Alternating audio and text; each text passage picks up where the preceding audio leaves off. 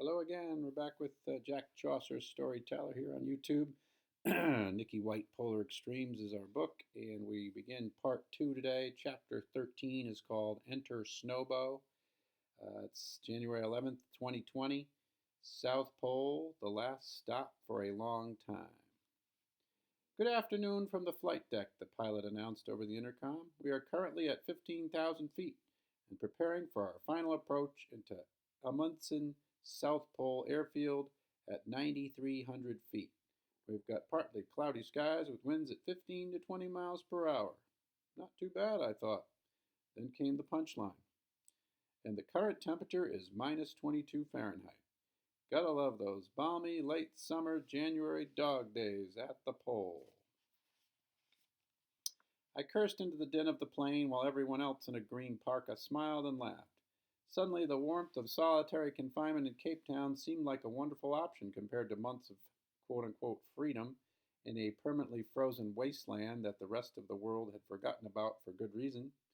After the Hercules crunched down on the tundra runway, Thomas and I followed Willem, Ina, and a few dozen other green parkers off the plane and into the frigid sunshine.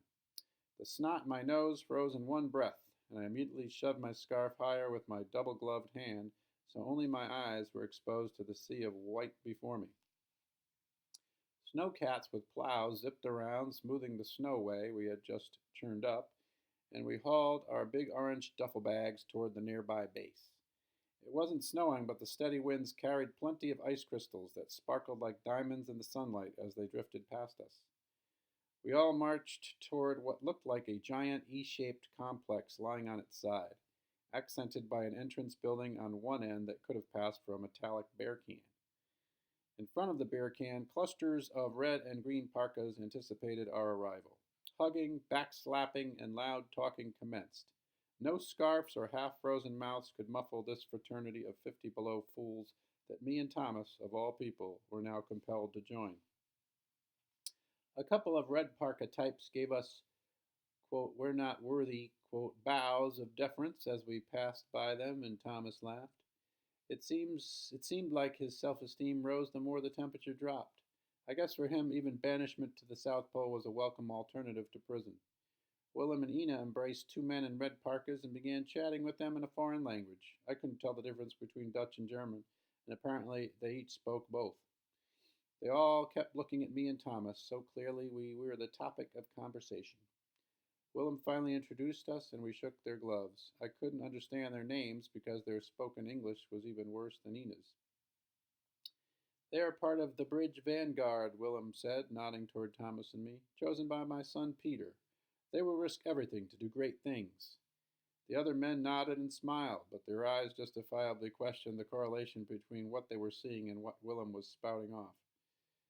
I could care less. I just wanted to get the hell inside. Frostbite already was nipping at my extremities. But no, Willem and the two men kept on catching up. Ina, meanwhile, was eyeing a snowcat driver who had slowly approached the base parallel to the line of green parkas. She smiled and suddenly whipped off her gloves so she could use her bare fingers to whistle at the driver. He turned, recognized her, and stopped the snowcat. A strapping man, likely in his early 30s, he took off his black and green ski hat and grinned with a face that reminded me of comedian Dane Cook, only with a beard. His green parka wasn't even zipped over his weather-beaten overalls. "Your mama Ina," he shouted before giving the hag a hug. "What a sight for frozen eyeballs. Back for another tour and more of my frozen cocktails?" He sounded very American, much to my relief. "Bet your ass," she fired back, and they both laughed like it was something he taught her to say. Thomas and I, now shivering, marveled at the odd couple connection. Willem was still talking to his own friends off to the side.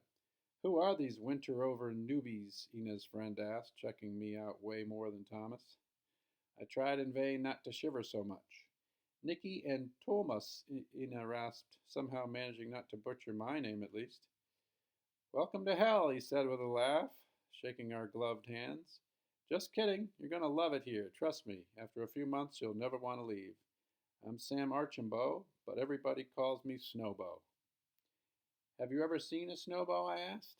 "Definitely. Backcountry skiing in Colorado. but even snowbows can't match the green auroras we get down here after the sun sets in March. Sounds beautiful. We're American too, I said. I figured that. What part? New Hampshire. Ah, beautiful state. Snowbow seemed like a real positive guy, which was refreshing. Once you guys get settled in and get used to the diamox, we'll all get together for some extra potent Antarctic slushies in the pub, he said. What's diamox? I asked. There's a pub here? Thomas suddenly chimed in. Nina and Snowbow laughed. Newbies, Aunt your mama. Gotta love 'em, Snowbow gushed. You can have them, she scoffed with a dismissive swat of the air. Snowbow kissed the hag on her hooded head and hopped back on his snowcat.